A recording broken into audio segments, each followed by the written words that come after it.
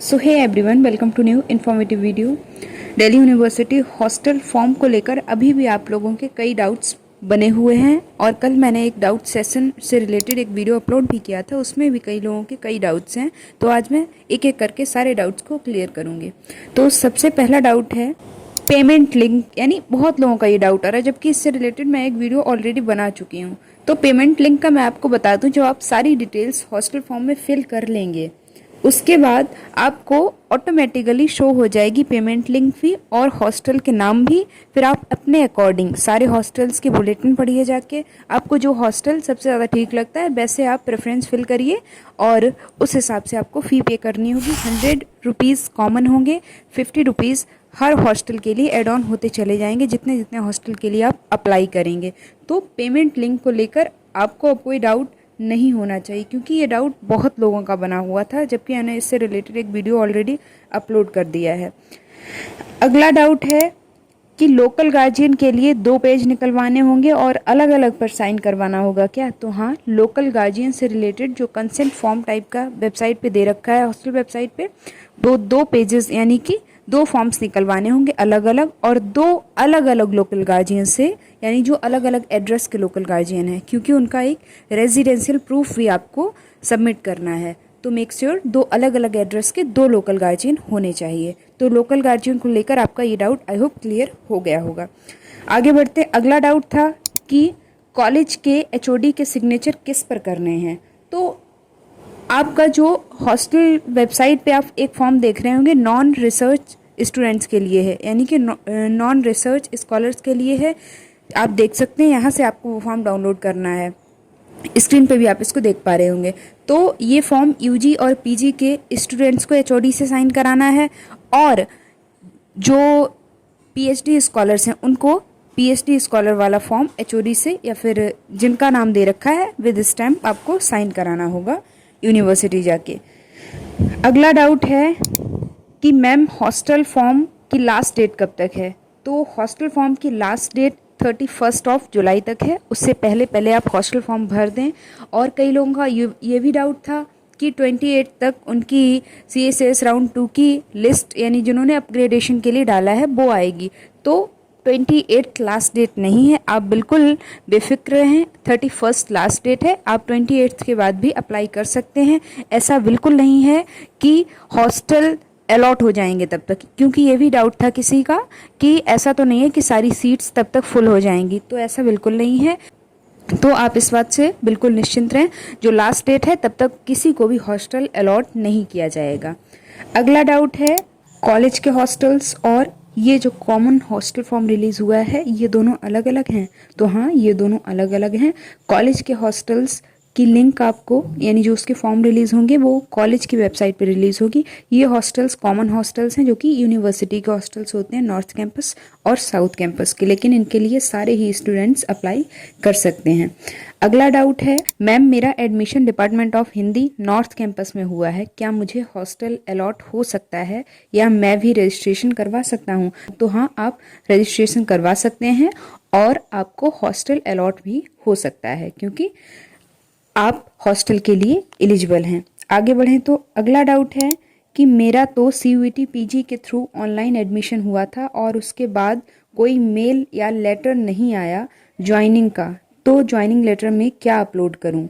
Please help करो दीदी। तो आपको ज्वाइनिंग लेटर वाला ऑप्शन खाली छोड़ देना है। ये ऑप्शन जो है, या फिर ये जो डॉक्यूमेंट है, PhD स्कॉलर्स को सबमिट करना है। अगला डाउट है कि how to make payment and what to fill in serial number, merit number and rank. Also in anti-ragging form, they are asking for number of students in class. As a fresher, we don't have idea about it. तो सबसे पहले मैं आपको बता दूं कि आपको payment कैसे करना है। ये मैं आपको ऑलरेडी वीडियो के स्टार्टिंग में बता चुकी हूँ बहुत ही अच्छे से, और इससे रिलेटेड एक वीडियो, शॉर्ट वीडियो मैंने ऑलरेडी अपलोड किया, वो जाकर आप देख सकते हैं। आपका डाउट बहुत ही अच्छे से क्लियर हो जाएगा। अब बात करूँ सीरियल नंबर, मेरिट नंबर और रैंक। आपको मेरिट नंबर और मेरिट लिस्ट नंबर है बेसिकली, तो ये आपको वो फिल करना है जो, मतलब जिस लिस्ट के थ्रू आपको ड्यू की सीट एलोकेट हुई है, यानी कि लिस्ट 1 CSS राउंड 1 या CSS राउंड 2, तो उस तरह से आपको मेरिट नंबर में डाल देना है। सीरियल नंबर वाला ऑप्शन आपको खाली छोड़ देना है और रैंक वाला भी ऑप्शन आपको छोड़ देना है।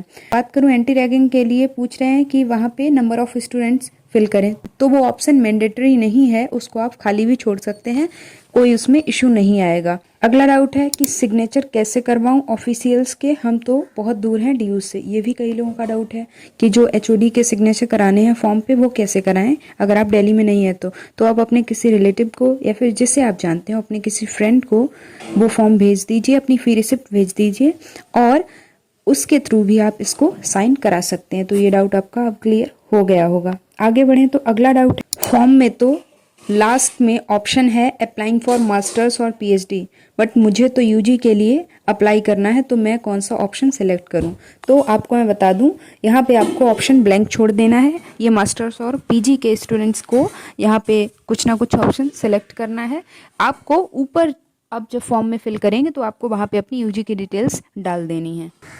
अगला डाउट है, do we have to submit the online as well as offline form. तो आपको ये फॉर्म सिर्फ और सिर्फ ऑनलाइन सबमिट करना है। ऑफलाइन आपको सारे डॉक्यूमेंट्स यानी फिजिकली या हार्ड कॉपी आपको डॉक्यूमेंट्स की तब सबमिट करनी है जब आपको इंटरव्यू के लिए बुलाया जाएगा। अगला डाउट है, लोकल गार्जियंस की कोई एज रेस्ट्रिक्शंस हैं क्या, and should they be permanent residents of Delhi. तो लोकल गार्जियन की कोई भी एज रेस्ट्रिक्शंस नहीं है, किसी भी एज ग्रुप के वो हो सकते हैं और उनके पास में वहाँ का रेजिडेंशियल प्रूफ होना चाहिए और वो वहाँ के अब परमानेंट रेजिडेंट हैं या नहीं है उससे फ़र्क नहीं पड़ता। अगला डाउट है, हॉस्टल अलॉटमेंट का रिजल्ट कब तक आ सकता है। तो अभी ये रजिस्ट्रेशन फॉर्म्स ओपन हुए हैं, 31 तक इसकी लास्ट डेट है।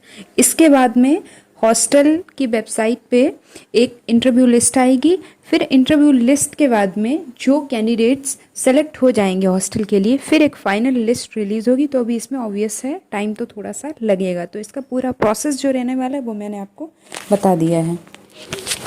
अगला डाउट है, मुझे मिरांडा हाउस मिला है और मैंने अपग्रेड किया है for same college with different course, अब मैं क्या करूं, कैसे डिटेल्स फिल करूं, course and merit list number वगैरह की। तो अभी आपको थोड़ा सा वेट करना है। अगर आपकी सीट अपग्रेड हो जाती है तो आपको बहुत सारी डिटेल्स यहाँ पे फिल करनी होंगी। अगला डाउट है कि लोकल गार्जियन क्या इंटरव्यू के टाइम पे रिक्वायर्ड होंगे, यानी लोकल गार्जियन को भी ले जाना पड़ेगा क्या। तो लोकल गार्जियन को नहीं ले जाना पड़ेगा। जो डॉक्यूमेंट्स रिक्वायर्ड हैं यानी कि कोई रेजिडेंशियल प्रूफ, उसकी फिजिकल कॉपी और साथ ही साथ में जो 2 कंसेंट फॉर्म टाइप के साइन कराने हैं आपको, उनकी भी आपको हार्ड कॉपी लेके जानी है। तो लोकल गार्जियन को साथ में ले जाना रिक्वायर्ड नहीं। अगला डाउट है, non researcher form PG new admission students को भी अपलोड करना है क्या। तो हाँ, ये जो फॉर्म है आप सभी को अपलोड करना है, यानी कि यूजी न्यू एडमिशन है उनको भी, पीजी न्यू एडमिशन स्टूडेंट्स हैं उनको भी। अगला डाउट फिर से वही है कि डॉक्यूमेंट्स कैसे साइन कराएं। तो डॉक्यूमेंट्स आपको मैंने बोला है कि ये यहाँ पे पूछा है किसी ने कि क्या मेल पे साइन करा सकते हैं, यानी कि ईमेल करके सेंड करके साइन हो सकते हैं क्या। तो ऐसे साइन नहीं होंगे। आप ईमेल पे अपनी प्रॉब्लम ज़रूर उन्हें बता सकते हैं। तो आपको किसी अपने दोस्त या किसी जानने वाले रिलेटिव को भेजना पड़ेगा और उससे फिजिकल साइन उस पर होने चाहिए। उसके बाद उसकी फ़ोटो क्लिक करके आपको अपलोड करनी होगी। अगला डाउट है, डिपार्टमेंट के हेड के साइन करवाने के लिए जो कॉलेज अलॉट हुआ है वहाँ जाना होगा क्या।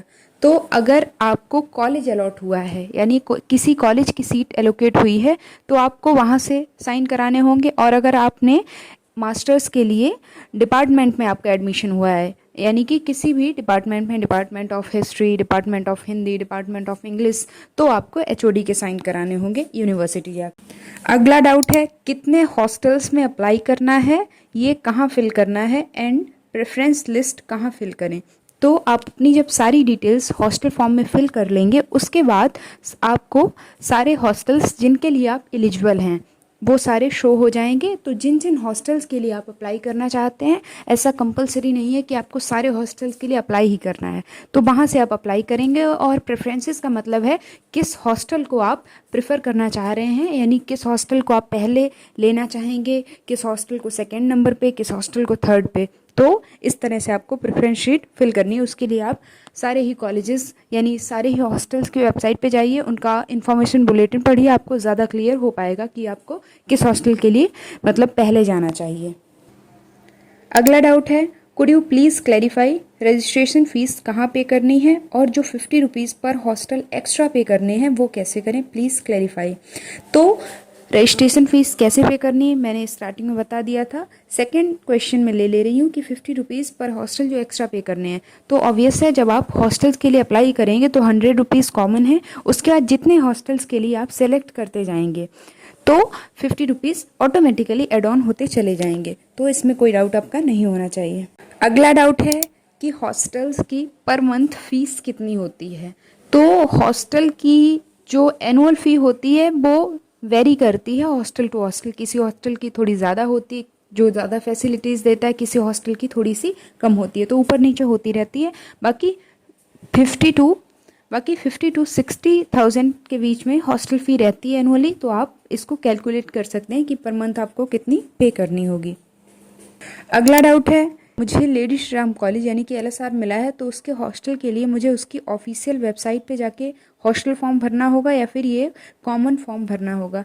तो ये जो कॉमन फॉर्म है ये हॉस्टल की वेबसाइट पे यानी कि जो कॉमन हॉस्टल्स होते हैं यानी कि जो कैंपस के हॉस्टल्स होते हैं दिल्ली यूनिवर्सिटी के नॉर्थ कैंपस में और साउथ कैंपस में, उनके लिए ये फॉर्म कॉमन निकलता है, यानी कि इस बार से निकलना स्टार्ट हुआ है।